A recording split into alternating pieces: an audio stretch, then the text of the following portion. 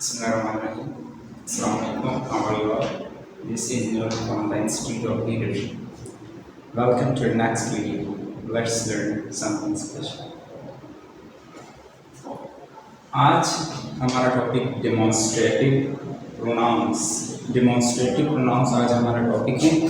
आपको हम demonstrative pronoun के बारे में बताएंगे और बहुत सारी मुश्किलात जो आपको इंग्लिश में होती है इन्हीं डेमोन्स्ट्रेटिव प्रोनाउन की वजह से, वो भी आपको इस वीडियो में क्लियर करेंगे। आप इस वीडियो को एंड तक देखिएगा और आपका जो भी क्वेश्चन हो आप हमसे कमेंट बॉक्स में पूछ सकते हैं। तो चलिए शुरू करते हैं। डेमोन्स्ट्रेटिव प्रोनाउंस का आपको पता होगा प्रोनाउंस क्या होते हैं। अगर आपको पता नहीं है तो नेक्स्ट वीडियो में बता देंगे। प्रोनाउंस वो वर्ड्स होते हैं जो नाउन की जगह इस्तेमाल होते हैं। Words that take the place of noun are called pronoun. और डेमोन्स्ट्रेटिव प्रोनाउन, ये जो मैंने वर्ड्स लिखे इनका नाम डेमोन्स्ट्रेटिव प्रोनाउन है। सो इसमें आज हम आपको बड़ी स्पेशल चीज़ें पढ़ाएंगे कि कंप्लीट से डेमोन्स्ट्रेटिव प्रोनाउन अगर आपको समझ आ गई तो आपके बहुत सारे मसाइल हल हो जाएंगे इसी से। अब डेमोन्स्ट्रेशन एक नाउन है, डेमोन्स्ट्रेटिव आपके एडजेक्टिव हैं जो आपके इन वर्ड्स को शो करता है और प्रोनाउन दरअसल में ये वर्ड्स होते हैं। आप आगे हम पढ़ेंगे, सबसे पहले हम पढ़ेंगे कि ये इस्तेमाल क्यों होते हैं। तो इस्तेमाल इस वजह जब हम किसी चीज़ को हाथ के इशारे से या किसी इशारे से बताते हैं कि ये फलां चीज़ है, ये करीब है या ये दूर है, उसके लिए इस्तेमाल करते हैं। असल में इशारे को इंडिकेट कहते हैं। इंडिकेट आपको मैं लिख देता हूँ, इंडिकेट इशारे कहते हैं। आप किसी को कोई इशारा करते हो। और दूसरा कोई हाथ का इशारा से, और तीसरा आंख का इशारा से आप विंक के, ये सारे आपके इशारे के लिए वर्ड्स इस्तेमाल होते हैं। आज टॉपिक की तरफ बढ़ते हैं। डेमोन्स्ट्रेटिव प्रोनाउंस पढ़ते हैं। प्रोनाउंस ये सारे हैं और ये इनके इस्तेमाल आते हैं। सबसे पहले हमारे पास सबसे ज़्यादा यूज होने वाला वर्ड है दिस। दिस यूज होता है कोई भी सिंगुलर नाउन हो, जो करीब हो। डेफिनेशन में देखेंगे, this is used for a singular noun which is near. Near means जो करीब है और एक है। कोई भी एक चीज हो और करीब हो, उसके लिए हम दिस इस्तेमाल करेंगे। कोई भी एक चीज जो दूर हो, that is used with a singular noun that is फार। कोई भी सिंगुलर एक चीज जो हमसे दूर हो, उसके लिए हम इस्तेमाल करेंगे दैट को। नेक्स्ट हमारा है दीज प्लूरल नाउन्स के साथ इस्तेमाल होगा जो करीब हो, मतलब एक से ज्यादा नाउन्स जो करीब हो। और दोज इस्तेमाल करेंगे ज्यादा चीजों के साथ, ज्यादा नाउन्स के साथ जो दूर हो। दिस एक ऐसा वर्ड है जिसको आप एक चीज के लिए इस्तेमाल करेंगे, आपके करीब हो वो चीज। जिस तरह this is a white board marker. अब दिस हमेशा के लिए, दिस के साथ हमेशा के लिए, दिस और दैट के साथ हमेशा के लिए इज लगेगा और दीज और दोस के साथ हमेशा के लिए आर लगेगा। अब सबसे पहले दिस पढ़ेंगे। दिस एक चीज करीब, this is a marker, this is a white board, this is a wall, और this is a pen, this is a car, this is a mobile phone. एक चीज जो करीब हो, दिस इस्तेमाल करेंगे। अब that is used with a singular noun that is far. Now that singular noun जो दूर हो, that is a fan, that is a camera, that is a chair, that is a car, that is a house, that is a boy, वगैरह वगैरह। अब इन दोनों में थोड़े example सीखते हैं इन दोनों में थोड़े से। अब car, this is A car, इसका मतलब है ये एक गाड़ी है। अब same sentence, that is a mobile, वो एक मोबाइल फोन है। दिस इज ए कार, ये एक गाड़ी है। That is a mobile phone, वो एक मोबाइल फोन है। आगे बढ़ते हैं दीज और दोस की तरफ। These plural nouns which are near, एक से ज्यादा चीजें जो करीब है। This is a marker. अब अगर दो है तो फिर क्या बोलेंगे, these are markers, these are markers। याद रखिएगा आगे जो नाउन लगेगा वो प्लूरल के फॉर्म में लगेगा। अब जिस तरह हम लगाएंगे कार या मोबाइल, ये एक चीज सिंगुलर है तो इसलिए हम सिंगुलर चीज सिंगुलर इस्तेमाल करें। अब अगर आपके पास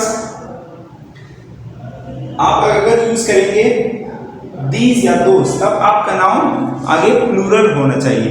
आगे एग्जांपल, एक एग्जांपल में पढ़ते हैं। यहाँ से एग्जांपल दे रहा हूँ आपको, इसमें these are pencils, these are pencils। एक और बात, यहाँ हमने a लगाया, यहाँ भी a लगाया, यहाँ पर कोई a नहीं लगाया। क्यों नहीं लगाया है? ये एक अलग टॉपिक है जो हम आपको इंशाल्लाह नेक्स्ट वीडियो में समझाएंगे। अब that पे आते हैं। that is used with plural things that are far,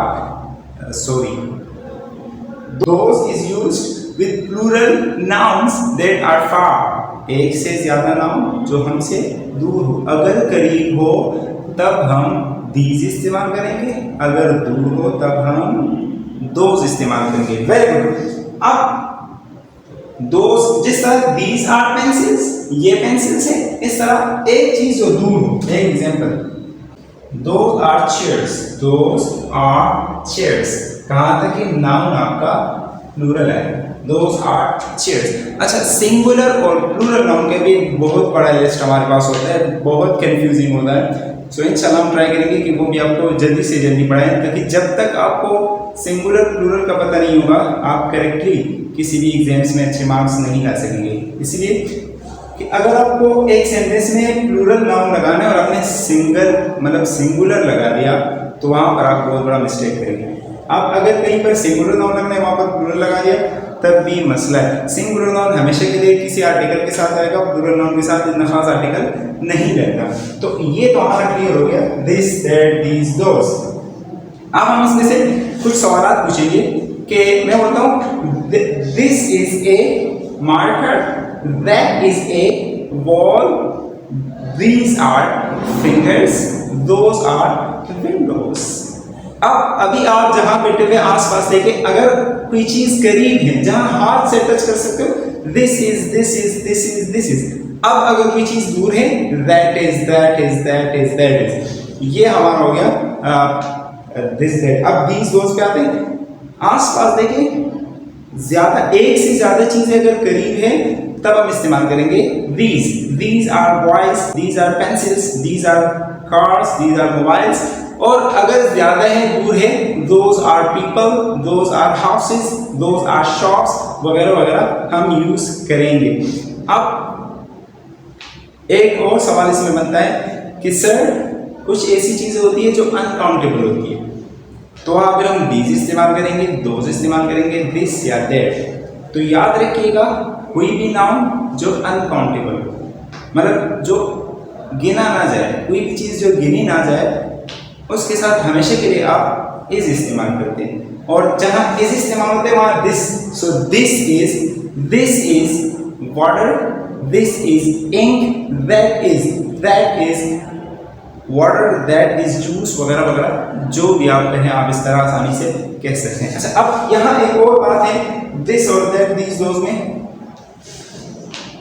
कि जब भी आप इन चीज़ों पे ज़्यादा से ज़्यादा प्रैक्टिस करेंगे आपको बहुत आसान लगेगा। शुरू में बड़ा मसला होता है। सो अब आप मेरे को क्वेश्चंस और आंसर इसका बताता हूँ, आप क्वेश्चन और आंसर किस तरह कर सकेंगे तो वो आपको थोड़ा सा बताता हूँ, 2-3 सेंटेंस उसके बाद।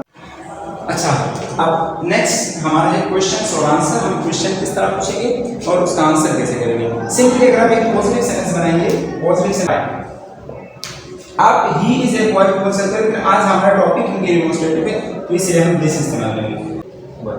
देखिए this is a boy, positive sentence है, पॉजिटिव सेंटेंस है, और this is not a boy, ये नेगेटिव इस्तेमाल करेंगे। इसका क्वेश्चन मार्क कैसे रहेगा, मतलब जो इसका सवाल होता है, अब ये is this a boy, question है इज दिस ए बॉय, क्या ये एक लड़का है? यस, अगर आपके करीब है यस दिस इज, अगर आपसे दूर है यस दैट इज, या नो दैट इज नॉट। इस तरह आगे क्वेश्चन किस तरह दैट होगा, दीज, दो, सारे इस तरह होंगे, बिल्कुल सेम तरीका होगा। अब क्वेश्चन कैसे, अच्छा हमारे लोगों में व्हाट इज दिस, हमारे लोगों में बहुत बड़ा मसला होता है, वो यूज करते हैं कोई भी चीज करीब हो दूर हो, फिर what is this what is this what is this, ये रॉन्ग होता है। अगर कोई चीज आपके करीब है, व्हाट्स दिस, अगर एक चीज दूर है फिर व्हाट्स दैट। अगर ज्यादा चीजें फिर भी व्हाट इज दिस बोलते हैं, नहीं अगर करीब है व्हाट आर दीज, अगर दूर है फिर व्हाट आर दोज। तो ये था आज हमारा डेमोन्स्ट्रेटिव प्रोनाउन, एक शॉर्ट वीडियो, आपको उम्मीद है समझ आया होगा।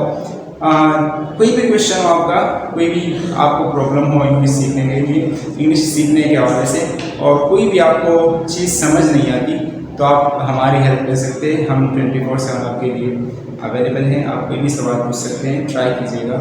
अगर वीडियो आपको पसंद आती है तो अपने दोस्तों के साथ, फैमिली मेम्बर के साथ शेयर कीजिएगा।